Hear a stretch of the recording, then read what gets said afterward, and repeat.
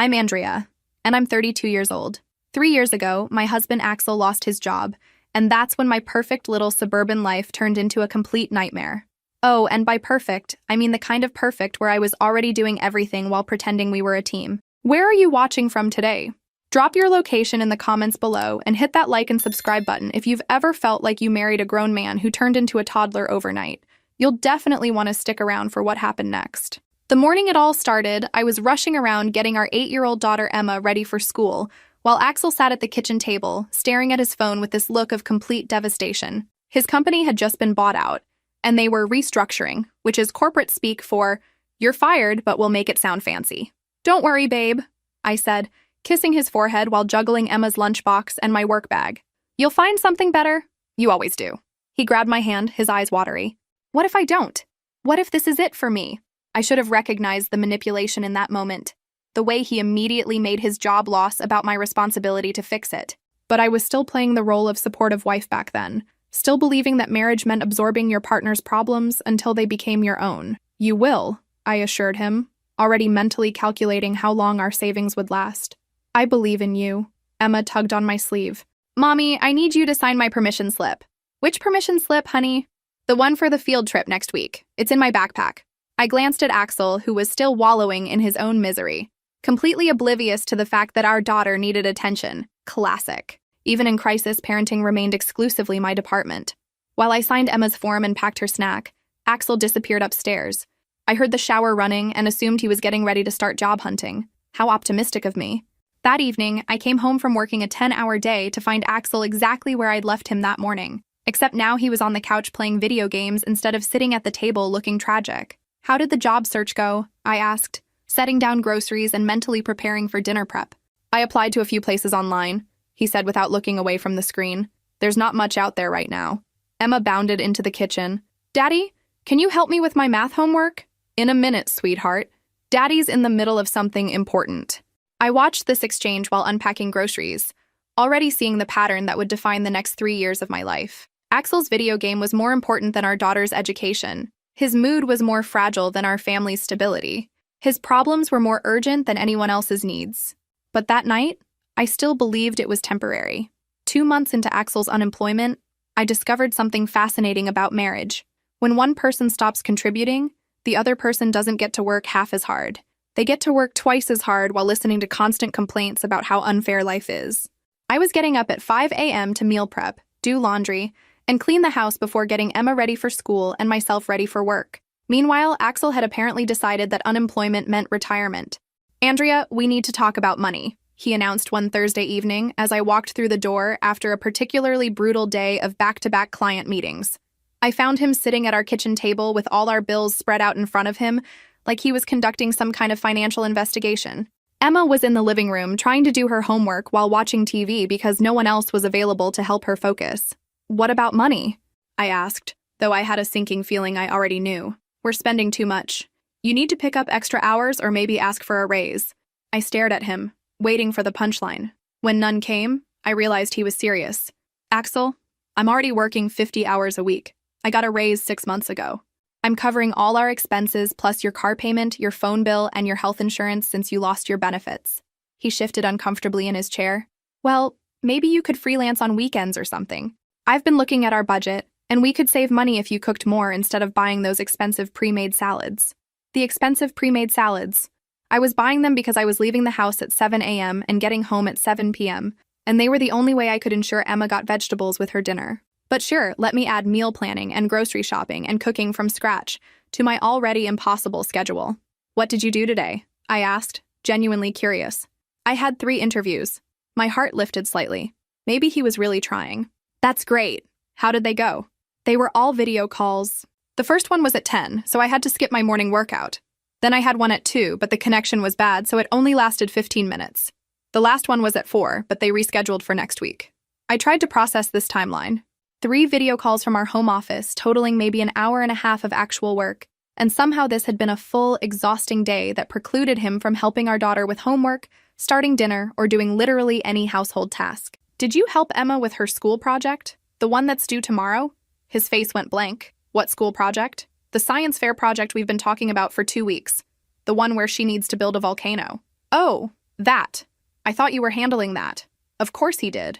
Because in Axel's mind, I was handling everything. His job was to sit in our house, eat our food, use our utilities, and occasionally grace us with his presence during the few minutes he wasn't gaming or working out or having very important video calls about jobs he'd never get.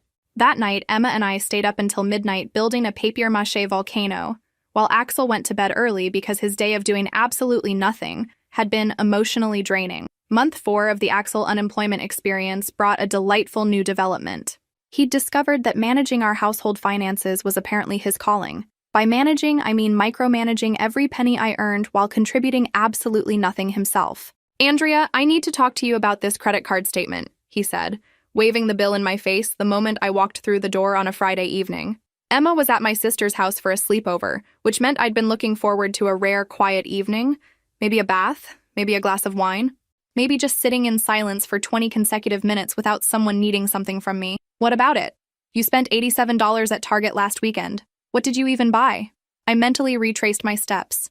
School supplies for Emma, toilet paper, laundry detergent, groceries for lunches, and a new work blouse because my old ones were getting too small after stress eating my way through months of this nightmare. Household essentials, and work clothes. "Work clothes, Andrea, we can't afford for you to be shopping for fun." Fun. He thought buying a basic blouse to replace one with a coffee stain was fun. Meanwhile, I'd noticed some interesting charges on our account that apparently didn't warrant discussion. $60 at the local sports bar, $45 for a new video game, $32 for premium streaming services. "What about your charges?" I asked. "The bar tab from Tuesday night?" His expression shifted to defensive. I was networking, meeting with some guys who might have job leads. At sports bar during a weeknight?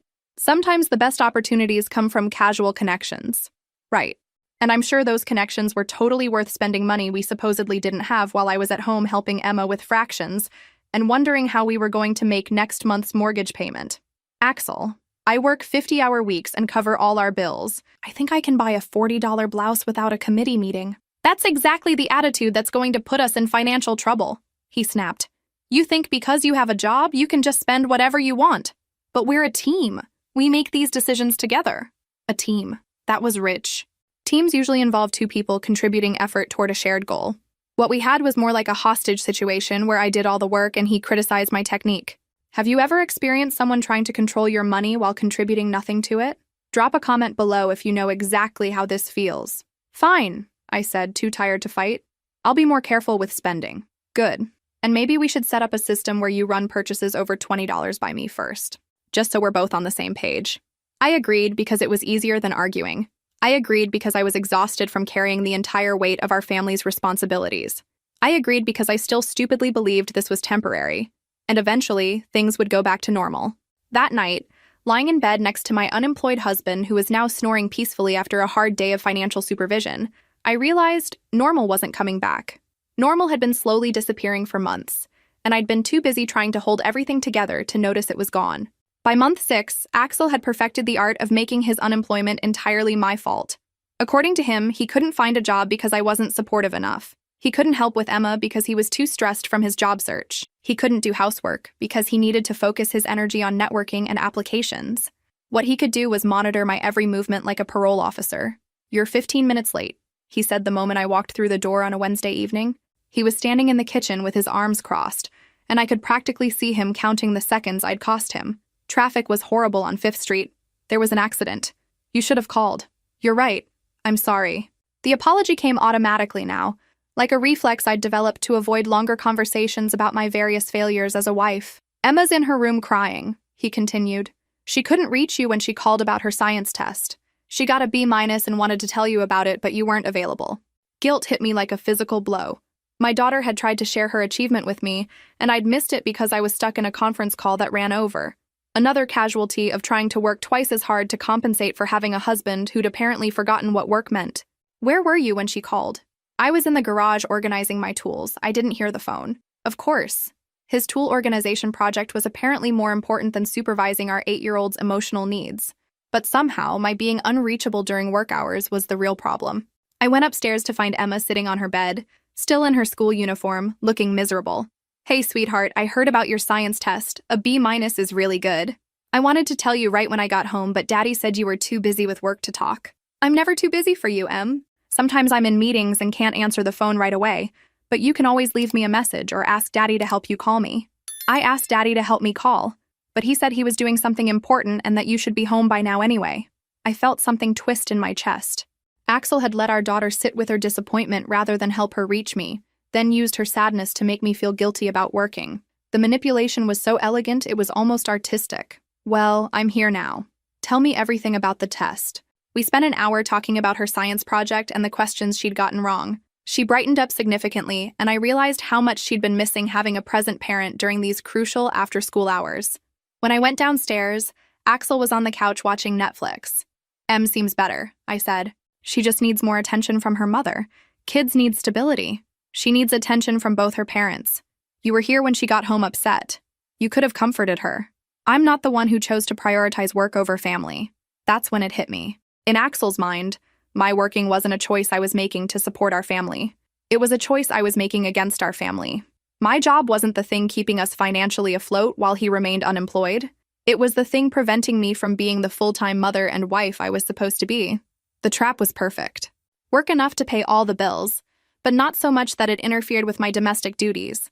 Be successful enough to carry the family financially, but not so successful that I forgot my real priorities.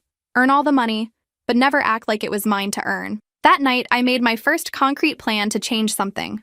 I wasn't sure what yet, but I knew this couldn't continue indefinitely. Something had to give, and for the first time in months, I was starting to think it should be him. Month 8 brought the great chore negotiation of our marriage. Axel had finally noticed that I seemed stressed, and being the thoughtful husband he was, he'd come up with a solution. He would graciously help with household tasks if I would just ask him nicely and give him specific instructions about how to do them. I want to help more around the house, he announced over breakfast while I was packing Emma's lunch, loading the dishwasher, and reviewing emails on my phone. But you never ask me to do anything. I paused, my phone halfway to my ear for a work call I needed to take before my first meeting. I'm sorry, what? You act like you have to do everything yourself, but I'm here. I'm available. You just have to communicate better. The idea that I needed to manage his participation in running our own household was so absurd. I almost laughed. Almost. But I was too tired for laughing anymore. Okay, I said carefully. Could you handle dinner tonight? Something simple is fine. Sure, what should I make? Whatever you think would be good. We have chicken in the fridge, pasta in the pantry, vegetables in the crisper. But what specifically do you want? Whatever you feel like cooking. You're the one cooking it. He looked genuinely confused, but I don't know what you and Emma like. After 9 years of marriage and 8 years of parenting, my husband needed me to brief him on our food preferences like he was a new babysitter. This was the man who claimed he wanted to help more. We eat everything, Axel. Just pick something. Maybe you could text me a recipe during the day and let me know what time you want to eat. I started my car and took 3 deep breaths. He wasn't offering to help with dinner. He was offering to be my assistant in preparing dinner while I continued to do all the actual planning and decision-making from my office. That evening, I came home to find Axel sitting on the couch and Emma eating cereal for dinner. What happened to the dinner plan? I waited for you to send me a recipe, but you never did. I didn't want to mess anything up. I told you to make whatever you wanted, but I needed more guidance than that. Emma looked up from her bowl of Lucky Charms. Daddy said we should wait for you to come home and cook, but I got hungry. Of course he did. Even when I explicitly delegated a task, somehow my failure to micromanage every detail of its execution made me responsible for the fact that it didn't get done. It's okay, sweetheart. Cereal for dinner happens sometimes. I made myself a sandwich and sat down next to Emma while Axel returned his attention to whatever show he was binge-watching. The same show he'd been watching when I left that morning. The same show he'd probably been watching all day while I was in back-to-back meetings trying to earn enough money to keep our lives running. Mommy, Emma said quietly, are you and Daddy getting divorced? My heart stopped. Why would you ask that, honey? Because Madison's parents got divorced, and before it happened, her mom was always sad and tired like you are, and her dad stayed home all day like Daddy does. Out of the mouths of babes. My 8-year-old daughter had identified the pattern I'd been too close to see clearly. I was living like a single parent who happened to have an additional dependent instead of a partner.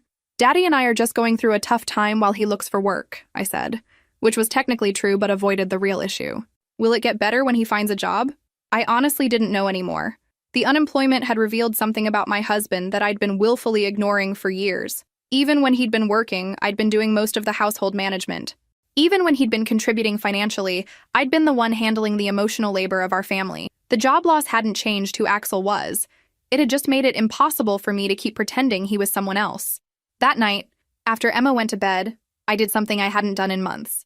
I went for a walk by myself. No phone, no agenda, no list of tasks to accomplish. Just me, walking through our neighborhood, thinking about what my life had become and what I wanted it to be instead.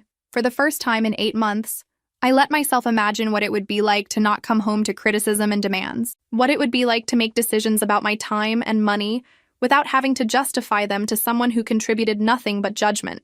The word divorce flickered through my mind, and instead of immediately pushing it away, I let it sit there. I examined it. I tried it on like a coat I wasn't sure I was ready to buy. It didn't feel as terrifying as I'd expected. Month 10 marked what I now think of as the final straw incident, though I didn't realize it was final at the time. I was still operating under the delusion that things might improve if I just found the right combination of patience and clear communication. Emma's school was having a parent-teacher conference week, and for the first time in months, I thought this might be something Axel could handle. He was available, and it would show Emma that he was involved in her education. "Can you take the 3 o'clock conference with Mrs. Peterson on Thursday?" I asked him Tuesday morning, while rushing to get ready for work. "What's it about?" "It's just the regular parent-teacher conference. They do them every semester to discuss how she's doing academically and socially." "But is there a specific problem? Is Emma in trouble?" "No, Axel, it's routine. Every parent goes to these. Maybe you should handle it. You know more about her school stuff." Of course I knew more about her school stuff. I was the one who helped with homework every night, signed permission slips, attended PTA meetings, and volunteered for classroom events. But that was exactly why I needed him to start sharing these responsibilities. "That's why I'm asking you to go, so you can know more about her school stuff." He agreed, reluctantly, and I felt a small surge of hope. Maybe this would be a turning point. Maybe he'd remember what it felt like to be an engaged parent. Thursday evening, I came home eager to hear how the conference had gone. "How did it go with Mrs. Peterson?" Axel looked up from his video game with a blank expression. "What?" "Emma's parent-teacher conference this afternoon." "Oh, that." I rescheduled it. My heart sank. Why? I had a really important phone interview at 3:30, and I couldn't miss it. Career opportunities have to take priority. You couldn't have told them you had a prior commitment? "Andrea, this was a potential job. Jobs are more important than school meetings." "Did you reschedule the conference for a time I could attend?" "I told them you'd call to set something up." So not only had he failed to attend the meeting he'd committed to, but he'd created additional work for me to fix his mistake. It was like a masterclass in weaponized incompetence. "How did the interview go?" I asked, though I was pretty sure I already knew the answer. "It got moved to next week. Some scheduling conflict on their end." Perfect. He'd blown off our daughter's parent-teacher conference for an interview that didn't even happen. But in his mind, even the possibility of a work commitment trumped his actual commitment to our child's education. That night, after I'd called Mrs. Peterson to apologize and reschedule, I found myself sitting in Emma's room watching her sleep. She was 8 years old, and her father was essentially absent from her daily life. She was learning that men were people who took up space and resources while women did the actual work of keeping families functioning. What kind of example was I setting by accepting this dynamic? What was I teaching her about her own worth and what she should expect from future partners? I'd been so focused on holding our family together that I hadn't considered whether our family was worth holding together anymore. I'd been so committed to making our marriage work that I'd forgotten to ask whether our marriage was actually working for anyone except Axel. The next morning, I made a decision that would change everything. While Axel was still sleeping off his exhausting day of doing nothing, I called a divorce attorney. "I'd like to schedule a consultation," I told the receptionist. "I want to understand my options." The appointment was set for the following week. I didn't tell Axel about it because I wanted to know what I was dealing with before I made any irreversible moves. But for the first time in almost a year, I felt like I was taking action instead of just reacting to circumstances. I was choosing my next step instead of having it chosen for me. It felt terrifying and liberating and long overdue, all at the same time. The divorce attorney's office was nothing like I'd imagined. I'd been expecting something intimidating and formal, but Rebecca Martinez had a warm, comfortable space with family photos on her desk and a coffee machine in the corner. She looked like someone's favorite aunt, which somehow made discussing the end of my marriage feel less catastrophic. "Tell me about your situation," she said, pouring me a cup of coffee that I desperately needed after taking a half day from work for this appointment. Where do I even start? With the fact that my husband hasn't worked in 10 months, but somehow thinks he's entitled to control my salary? With the way he's turned our daughter into pawn in his guilt games? With the slow-motion destruction of my self-respect that I've been calling marriage? "My husband lost his job almost a year ago," I began. Since then, he's become completely dependent on my income while simultaneously trying to control every aspect of how I spend it. Rebecca nodded, making notes. Are there children involved? One daughter, Emma. She's 8. How is your husband's relationship with your daughter? I paused, thinking about Emma eating cereal for dinner while Axel watched Netflix. About the missed parent-teacher conference. About the way he used her emotions to manipulate me. He's physically present but emotionally absent. He doesn't help with homework, doesn't take her to activities, doesn't really parent. He just exists in the same house. Does he have any income at all? None. He's supposedly job hunting, but honestly, I think he's given up. He's gotten comfortable letting me support him while he criticizes everything I do. Rebecca set down her pen and looked at me directly. Andrea, what you're describing sounds like financial abuse. The controlling behavior, the criticism, the way he's structured your life so that you're responsible for everything while he maintains all the authority, that's not unemployment stress. That's a pattern. Hearing it named made something click into place. Financial abuse. It wasn't just laziness or depression or a temporary rough patch. It was a deliberate system designed to keep me trapped.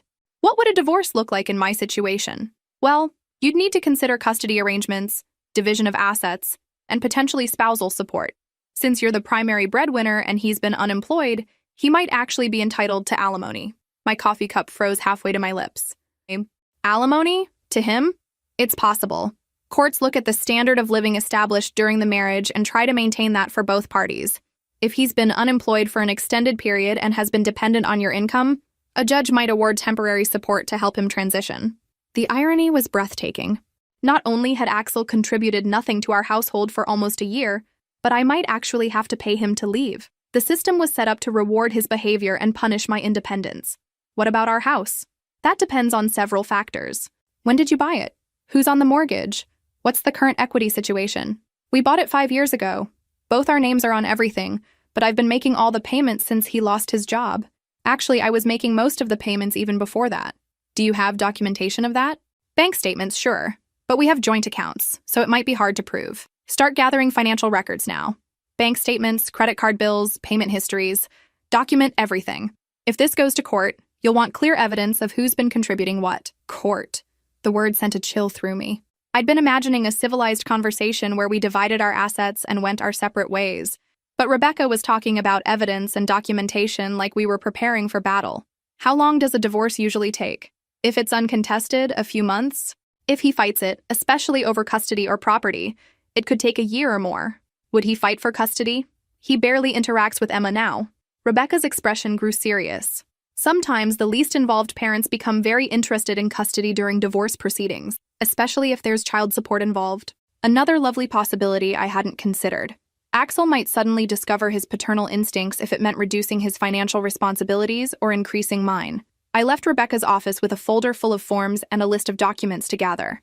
The consultation had cost me $300 and completely reframed my understanding of what I was facing. This wasn't going to be a simple split.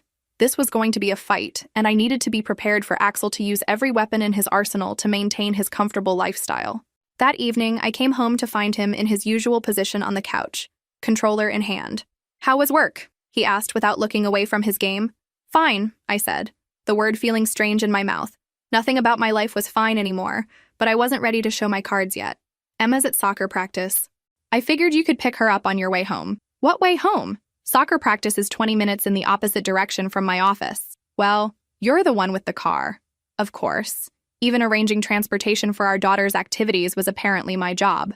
God forbid he should have to pause his very important gaming session to drive the child he was supposedly helping to raise. I picked up Emma and listened to her chatter about practice and her upcoming game. She was excited and happy, completely unaware that her parents' marriage was imploding around her. "Will Daddy come to my game on Saturday?" she asked as we pulled into our driveway. "I don't know, sweetheart. You should ask him." But I already knew the answer.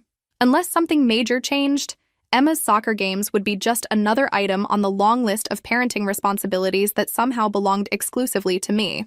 What do you think will happen next? Drop your predictions in the comments below.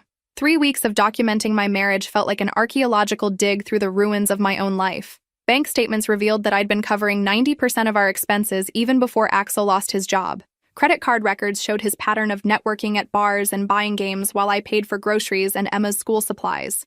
The evidence was damning, but gathering it was emotionally exhausting. Every transaction was a reminder of how I'd been slowly trained to accept unacceptable behavior. I think I'm ready to file, I told Rebecca during my second appointment. You've got a strong financial case, she agreed, reviewing the documents I'd compiled. The records clearly show that you've been the primary provider throughout your marriage. What's the next step? I'll prepare the paperwork. You'll need to decide how you want to serve him. Some people prefer to have the conversation first, others prefer to let the legal documents speak for themselves. I'd been dreading this conversation for weeks, but I knew I needed to tell Axel face to face. Despite everything he'd done, he deserved to hear it from me rather than from a process server. That Friday evening after Emma went to bed, I found my courage. Axel, we need to talk. He paused his game and looked at me with mild annoyance. Can it wait? I'm in the middle of a raid. No, it can't wait. Something in my tone must have registered because he finally turned off the console and faced me properly for the first time in weeks. I want a divorce. The words hung in the air between us. I'd expected him to be shocked or angry or devastated. Instead, he looked almost calculating. Is this about money? Because I've been meaning to talk to you about that. I've been thinking about starting a consulting business. I could work from home, be more flexible. Even now, even when I was literally ending our marriage, his first instinct was to find a way to maintain his current lifestyle while doing minimal actual work. This isn't about money, Axel. This is about the fact that we're not partners anymore. We're not even roommates. I'm supporting a dependent adult who criticizes my efforts and contributes nothing to our family. His expression shifted to the injured victim look I'd seen countless times. That's not fair, Andrea. I've been going through a really difficult time. Unemployment is devastating for men. I need support, not ultimatums. I've been supporting you for 10 months. I've covered every bill, done every chore, handled every parenting responsibility, and managed every household decision while you played video games and complained about my performance. What more support could you possibly need? So that's it? You're just giving up on us? I'm choosing myself for the first time in years. And I'm choosing Emma. She deserves to see what a functional household looks like. That's when his mask really slipped. You can't take Emma away from me. I'm not taking her away from you. You're welcome to be involved in her life, but I'm not going to pretend that what we have now is a family. We'll see about that, he said. And for the first time in our entire conversation, he sounded fully alert. You think because you make the money, you get to make all the decisions? Marriage doesn't work that way. Parenting doesn't work that way. There it was. The threat I'd been expecting. Somehow the man who couldn't be bothered to attend a parent-teacher conference was suddenly prepared to fight for custody. Axel, you barely parent Emma now. Why would you want custody? I'm her father. She needs her father. She needs a present, engaged parent. When was the last time you helped her with homework? When was the last time you took her anywhere? When was the last time you had a conversation with her that wasn't about what you needed from me? He couldn't answer because we both knew the truth. His sudden interest in fatherhood had nothing to do with Emma, and everything to do with maintaining control over me. The next morning, I served him with divorce papers. He read them in silence while I got Emma ready for school, and when I came back downstairs, his expression had shifted to something I'd never seen before. Cold, strategic, dangerous. You're making a mistake, Andrea, he said quietly. You think you hold all the cards, but you don't know what you don't know. The threat was subtle but unmistakable. He was preparing for war, and he thought he had ammunition I wasn't aware of. I should have been terrified. Instead, I felt oddly calm. After 10 months of walking on eggshells around his fragile ego, there was something liberating about having our conflict out in the open. I guess we'll find out, I said, and left for work. That evening, Emma asked why Daddy seemed angry. Daddy and I are having some grown-up problems, I told her. But whatever happens between us, it's not your fault, and we both love you very much. She nodded solemnly, and I realized she'd probably been sensing the tension for months. Kids always know more than we think they do. The weeks leading up to our court date felt like living with a hostile stranger. Axel had transformed from a lazy, manipulative husband into a focused, calculating adversary. He started documenting my every movement, taking photos of the house whenever I left dishes in the sink, and asking Emma seemingly innocent questions about our daily routines. Mommy, why did Daddy ask me if you ever forget to pack my lunch? Emma asked one morning while I was scrambling to get ready for work, my hands stilled on her backpack zipper. What did you tell him? I told him you never forget my lunch. You make it every night and put it in the refrigerator. That's right, sweetheart. Did he ask you anything else? She thought for a moment. He asked if you ever seem sad or tired. I said you're tired sometimes because you work really hard. My stomach dropped. Axel was building a case against me, and he was using our 8-year-old daughter to gather evidence. The man who couldn't be bothered to ask Emma about her school day was suddenly very interested in her perspective on my parenting. If Daddy asks you questions about me, it's okay to say you don't want to talk about it. You don't have to answer grown-up questions. Is Daddy trying to get me in trouble? No, honey. Daddy's not trying to get you in trouble.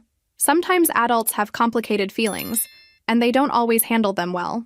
That afternoon, I called Rebecca to warn her about Axel's behavior. It's not unusual, she said, which was both reassuring and depressing. Divorcing spouses often try to build cases against each other. The good news is that judges are usually experienced enough to see through obvious manipulation tactics. What if he tries to use Emma's statements against me? Document everything. If he's interrogating your daughter, keep track of it. Judges don't like it when children are put in the middle of custody disputes.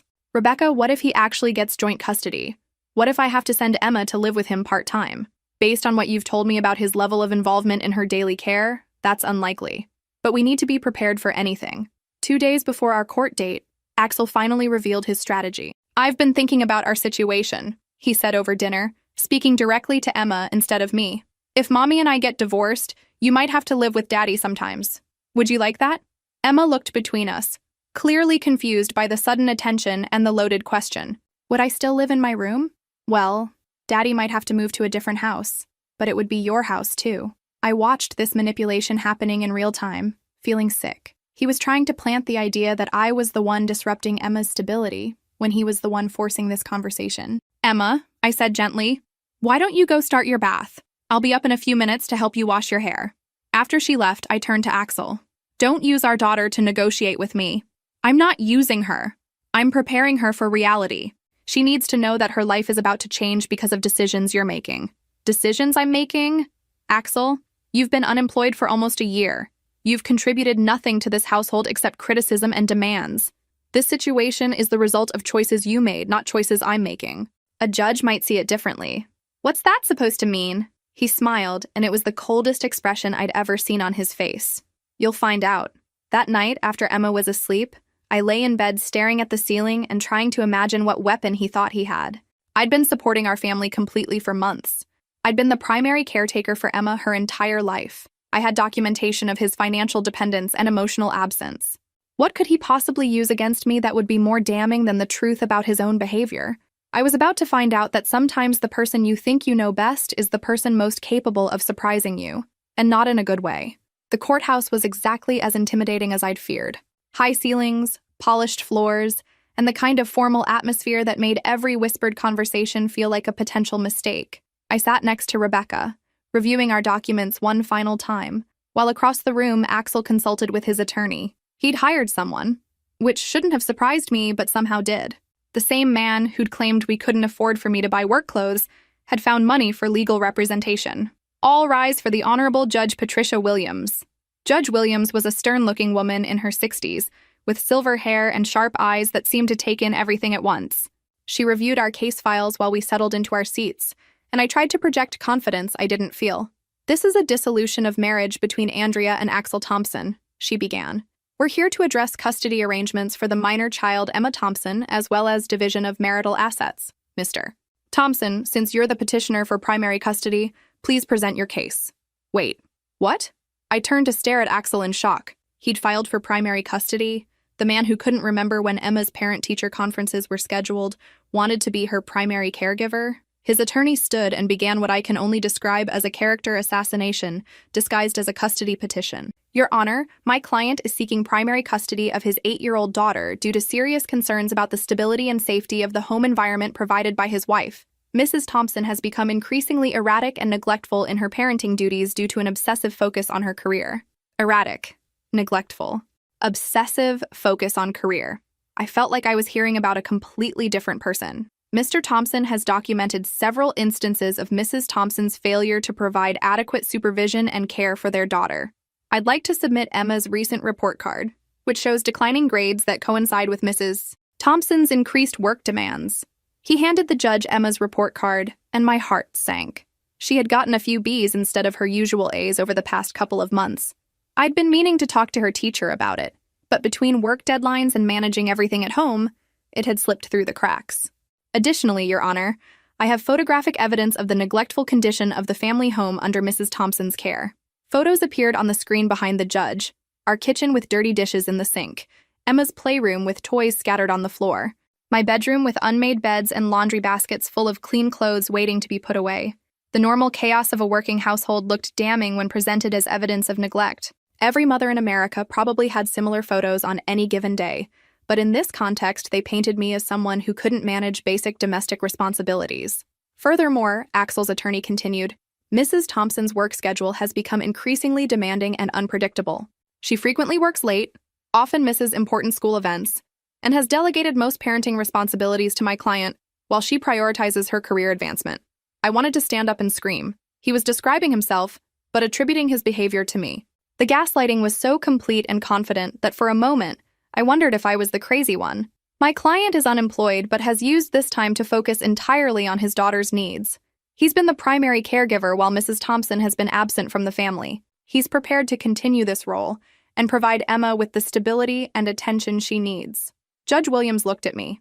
Mrs. Thompson, how do you respond to these allegations? I stood up, my legs feeling unsteady. Your Honor, those photographs were taken out of context. Every working parent has dishes in their sink and toys in their playroom. That's not neglect, that's normal family life. What about your daughter's declining grades? Emma's grades have slipped slightly, but she's still a B+ student. I've been planning to meet with her teacher to discuss additional support.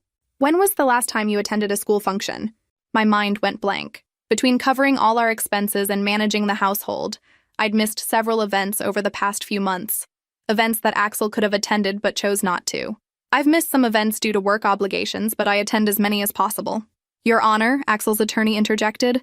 Mrs. Thompson's priorities have clearly shifted away from her family. My client is prepared to provide full-time care and attention while she focuses on her career. Judge Williams was making notes, and I could see the case slipping away from me. Somehow, my working to support our family had been reframed as abandoning my child. My struggle to maintain our household single-handedly had been presented as evidence of incompetence. Mrs. Thompson, do you have any witnesses to speak to your character as a mother? Yes, Your Honor. I have several. Your Honor, if I may interrupt, Axel's attorney said. We have one more piece of evidence that we believe is crucial to this case. Judge Williams nodded, and I felt my stomach drop. What more could there be? We call Emma Thompson to testify. The courtroom went silent. They wanted to put my 8-year-old daughter on the witness stand to testify against me. This was the moment I realized I'd been fighting with someone who had no limits, no boundaries, no concern for collateral damage. Axel was willing to traumatize our child to win a custody battle against the person who'd been supporting him for almost a year. I looked across the room at my husband and saw a stranger, someone capable of cruelty I'd never imagined. Emma walked into the courtroom holding the bailiff's hand, looking impossibly small in her pink dress and white tights.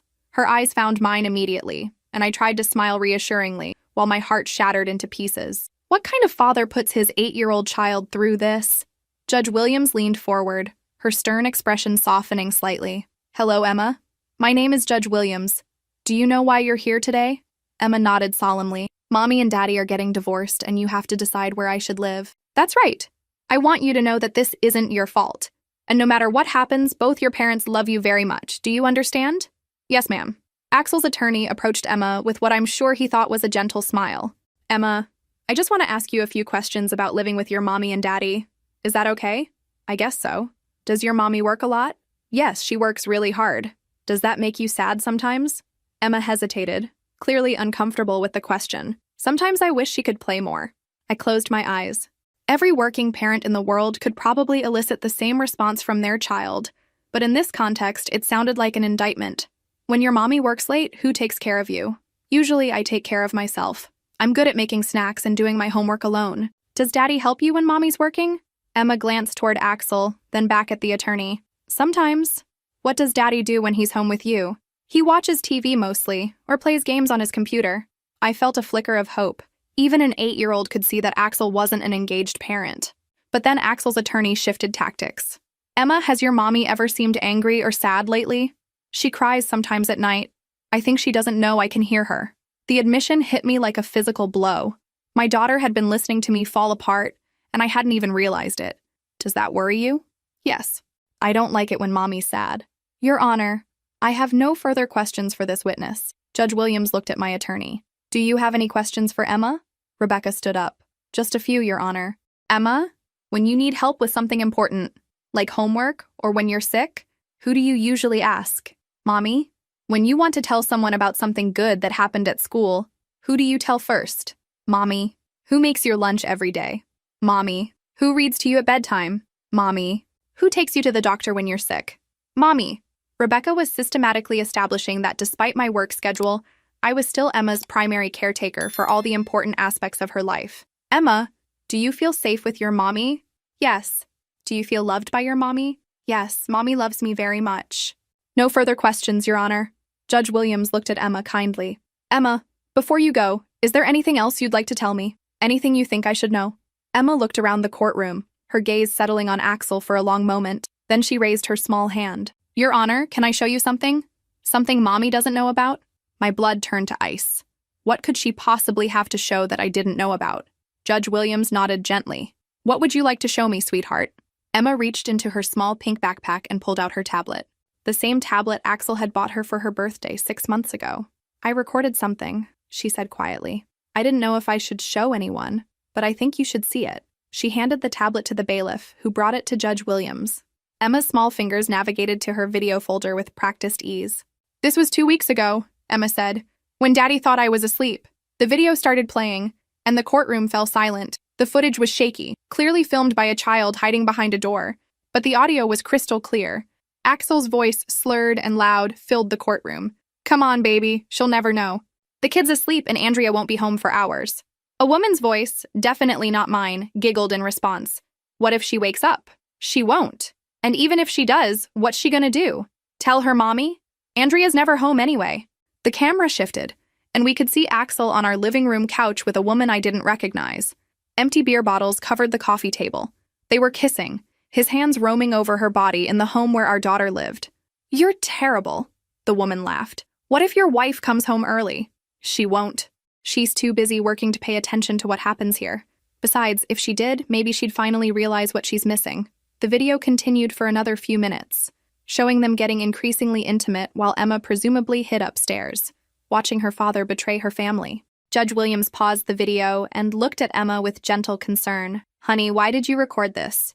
Because Daddy always tells me to stay in my room when his friend comes over, and I wanted to know why. He said it was their special grown-up time and that Mommy couldn't know about it because it would hurt her feelings. How often does Daddy have this friend over? Lots of times. Usually when Mommy's working late. He makes me promise not to tell, but he's really loud and sometimes he forgets I'm in the house. Does Daddy drink like this often? Emma nodded. Every day after lunch. He says it helps him feel better about not having a job. The courtroom was dead silent. You could have heard a pin drop. Judge Williams looked directly at Axel, who had gone completely white. Mr. Thompson, do you have any explanation for this video? Axel's attorney was frantically whispering in his ear, but Axel himself looked like he might throw up. Your Honor, this is taken out of context. I was going through a difficult time. You were drinking heavily and entertaining another woman in your family home while your 8-year-old daughter was present and your wife was working to support the family. It's not what it looks like. It looks like adultery, child endangerment, and substance abuse, Judge Williams said coldly. Emma, still standing beside the judge's bench, spoke up in her small, clear voice. Daddy also sleeps until really late every day, and he yells at Mommy almost every night when she comes home from work. I heard him say that Mommy was stupid and that he could find someone better. The pieces of Axel's case were crumbling in real time. The concerned father narrative collapsed under the weight of video evidence showing him as an unfaithful, alcoholic manipulator who'd been using our daughter as a pawn in his game. Judge Williams looked at me with an expression that might have been sympathy. Mrs. Thompson, were you aware of any of this behavior? No, Your Honor, I had no idea. And I didn't.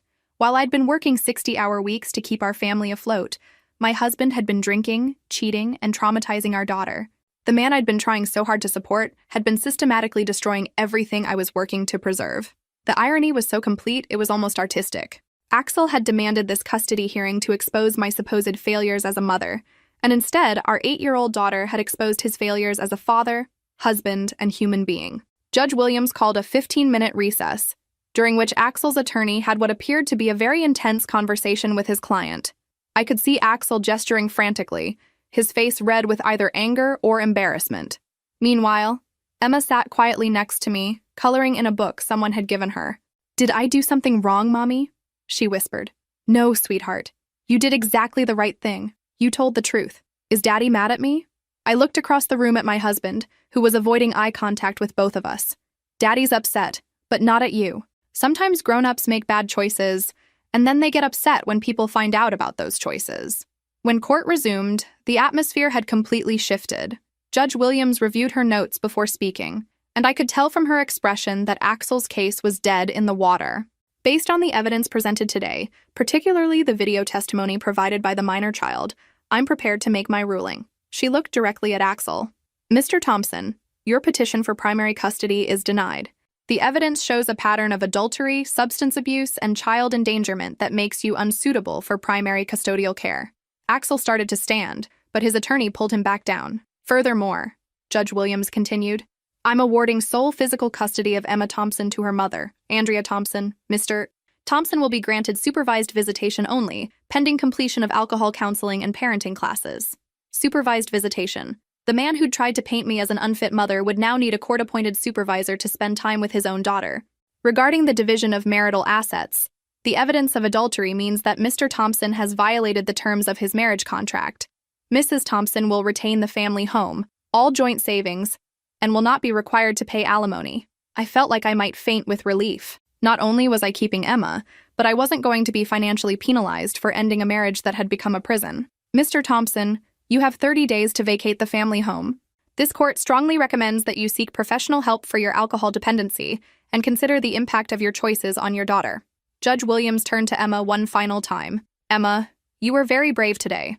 You helped me understand what was really happening in your family, and that helped me make the best decision for your safety and happiness. Emma nodded solemnly. Thank you, Judge Williams. As we left the courthouse, I felt like I could breathe fully for the first time in months. Emma held my hand tightly as we walked to the car, and I realized that both of us had been carrying the weight of Axel's dysfunction without even realizing it. Mommy, does this mean Daddy won't live in our house anymore? That's right, sweetheart. It'll just be you and me for a while. Will you still have to work so much? The question hit me harder than any of Axel's accusations had. My daughter had been watching me struggle to hold everything together, and all she'd wanted was more time with the parent who actually cared for her. I'll probably still work the same hours, but I won't have to worry about Daddy's problems anymore. So when I'm home, I can focus just on you. Would you like that? Yes. And maybe we can get ice cream sometimes without having to ask if we can afford it. Even at 8 years old, Emma had been absorbing the financial stress that Axel had created through his manipulation and control. That evening, after Emma was asleep, I sat in my living room, and processed what had happened. Axel had tried to destroy me in court and had instead destroyed himself. His attempt to use Emma as a weapon had backfired spectacularly when she revealed evidence of his betrayal and abuse. The man I'd supported financially and emotionally for almost a year had been using my absence at work to cheat on me, drink heavily, and traumatize our child. While I'd been killing myself trying to hold our family together, he'd been systematically tearing it apart. 3 weeks later, Axel moved out. He took his clothes, his gaming equipment, and his massive sense of entitlement. He left behind years of unpaid bills, a traumatized daughter, and a wife who'd finally learned the difference between supporting someone and enabling them. Emma and I established new routines. Saturday morning pancakes, Sunday afternoon art projects, evening walks around our neighborhood where we could talk about her day without interruption or criticism. For the first time in years, our house felt peaceful. There was no one monitoring my spending, criticizing my housekeeping, or turning every conversation into a referendum on my failures as a wife and mother. 6 months later, I got a promotion at work. The same career ambition that Axel had framed as neglectful parenting was now providing Emma and me with financial security and opportunities we'd never had before. Emma's grades improved dramatically once she no longer had to navigate the stress of living in a household filled with constant conflict. She started inviting friends over, something she'd rarely done when Axel was there. Our house is happier now, she told me one evening while we were making dinner together. She was right. Our house was happier, quieter, calmer, more honest. I'd thought I was fighting to save my family, but I'd actually been fighting to save myself and my daughter from someone who'd been slowly destroying us both. Sometimes the most loving thing you can do for your child is show them that they deserve better than dysfunction, disguised as family loyalty. And sometimes the bravest thing you can do is let an 8-year-old girl tell the truth that adults have been too afraid to face. If this story resonated with you, make sure to like and subscribe for more stories about finding strength in the most challenging situations. Have you ever had to make a difficult choice to protect your family? Share your thoughts in the comments below.